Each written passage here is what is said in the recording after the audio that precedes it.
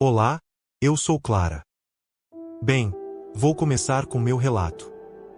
Eu e Vitor nos conhecemos na faculdade, entre livros, risadas e cafés intermináveis. Ele tinha aquele jeito tranquilo de ouvir, e eu adorava falar sobre tudo. Desde assuntos bobos até ideias que ninguém mais entendia. Depois que nos casamos, a rotina tomou conta, mas de um jeito que parecia seguro, agradável. Sábado era dia de mercado juntos, discutindo qual fruta escolher ou que marca de café comprar. Domingo era dia de caminhada no parque, ou de assistir filmes que eu nunca teria escolhido, mas ele insistia, e no fim eu adorava. Durante a semana, cada um tinha suas responsabilidades. Eu trabalhava como analista, ele em sua empresa, mas sempre encontrávamos tempo para pequenas coisas. Mensagens de bom dia, ligações rápidas no almoço, algo relacionado ao trabalho. Parecia que havíamos construído um equilíbrio silencioso, que se sustentava na confiança mútua. E, por muitos anos eu me senti segura. Confiança total. Até que começaram a surgir pequenas inquietações, digamos assim. Coisas quase imperceptíveis, mas que foram se acumulando com o tempo. Ele começou a se irritar com perguntas simples, a bloquear o celular quando eu chegava perto, a ter horários que não batiam. No começo, eu desconsiderei, atribuindo tudo ao estresse do trabalho, à fadiga, à vida corrida que levávamos.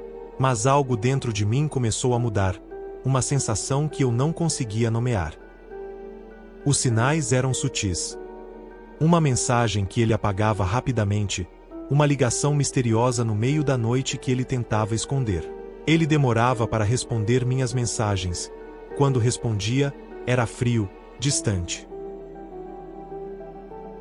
Eu passei dias tentando me convencer de que era paranoia minha. Afinal, nós éramos felizes, não éramos? Por que ele faria algo que destruiria tudo isso? Mas havia uma sensação constante de que algo estava errado. Foi quando notei que ele começou a mudar hábitos que eram pequenos, mas significativos para mim. Ele não me chamava mais para coisas simples, como tomar café à noite, passava mais tempo fora, sem explicar, evitava o contato visual quando discutíamos algo trivial. E cada uma dessas pequenas mudanças me corroía por dentro. Eu tentava conversar, perguntar, mas ele desviava, alegava cansaço, trabalho, estresse. E a dúvida começou a crescer, silenciosa, persistente, como uma sombra que se aproximava devagar. Mesmo com esses sinais, nossa vida continuava com certa normalidade. Nós jantávamos juntos, ríamos das mesmas piadas, tínhamos nossas pequenas rotinas. Eu tentava me convencer de que estava tudo bem, mas minha intuição me dizia o contrário. Lembro de um dia em que ele voltou do trabalho e estava estranho, mas não podia explicar. O carro estava limpo demais, coisa que não era habitual. E havia um cheiro doce no ar, que não era de perfume ou comida. Eu perguntei casualmente sobre o dia dele, e ele sorriu, tentando parecer normal, mas algo estava fora de lugar. Cada noite eu ia dormir com uma sensação estranha, mas voltava à rotina no dia seguinte, tentando ignorar.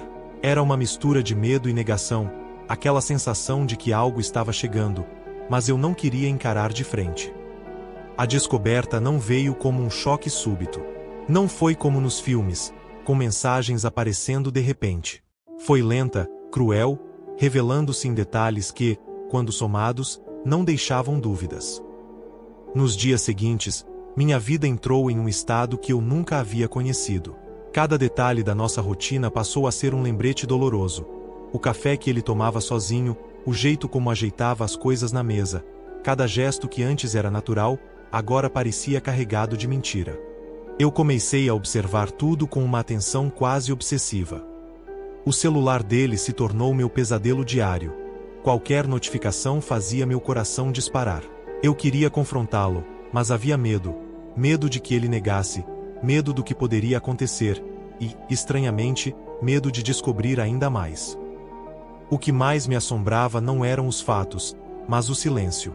O silêncio da casa à noite, que antes era confortável, agora era pesado. Quando finalmente me sentei com ele, foi estranho. Não houve explosão imediata de raiva, não houve choro desesperado. Apenas uma conversa tensa, cada palavra medida, cada silêncio carregado. Eu falei sobre o que sabia, sobre o que sentia, sobre a dor que não saía do meu peito. Ele tentou negar. No início, parecia acreditar que poderia me convencer de que nada estava acontecendo. Mas os sinais estavam lá, todos alinhados, e cada detalhe que eu mencionava fazia a expressão dele mudar. Vi medo nos olhos dele. Medo de mim? Talvez. Mas mais do que isso, parecia medo do que ele mesmo havia desencadeado. Percebi que ele estava frequentando o sótão mais do que o normal. Houve um dia em que a inquietação venceu a prudência. Eu precisava ver por mim mesma aquilo que minha cabeça vinha montando em hipóteses. Subi as escadas com o coração na mão. Fui até o sótão e deixei a chave girar com as mãos que tremiam. No canto, protegido por lonas e caixas, havia um espaço que parecia ter sido rearranjado recentemente. Placas soltas, uma fresta na parede, um volume estranho empilhado com cuidado. Meu corpo se fechou como quem enxerta medo no próprio músculo. Ainda assim, fui até lá. Não encontrei aquilo que minha imaginação mais temia, não do jeito que eu temia. Em vez de uma cena de violência explícita, encontrei evidências de preparação e de fuga. Sacos de viagem novos, etiquetas com destinos, fotografias impressas com rostos e lugares que eu não reconhecia, anotações em papéis que falavam de nomes falsos. Havia também algo que me queimou por dentro. Fitas gravadas, envelopes lacrados com o nome dele, e uma caixa pequena, pesada, com um cadeado simples. Ao abrir a caixa, minhas mãos quase falharam. Dentro, havia objetos pessoais dele: relógio, um perfume que eu conhecia, um relógio de bolso arranhado, e, enrolada em um papel, uma fita cassete antiga. Coloquei no velho toca-fitas que havia em uma das caixas e apertei o play. Um chiado inicial, seguido por uma respiração lenta, e então, a voz dele. Mas não era a voz doce que eu conhecia, nem o tom cansado dos últimos meses. Era algo diferente, como se ele falasse comigo de um lugar entre o desespero e a rendição. As palavras se repetiam, desconexas, misturadas com sons abafados, como pancadas distantes. Meu corpo gelou. Naquele instante, tudo fez sentido. O carro limpo demais, os perfumes estranhos, as ausências cada vez mais longas. E então percebi o cheiro dele que nunca deixava a casa, que eu insistia em sentir, achando que era saudades. Mas não era a lembrança da sua presença, como eu insistia em acreditar. E que agora começava a ficar diferente. Era porque ele nunca saiu daqui. Ele está no sótão. Ele não pode mais sair.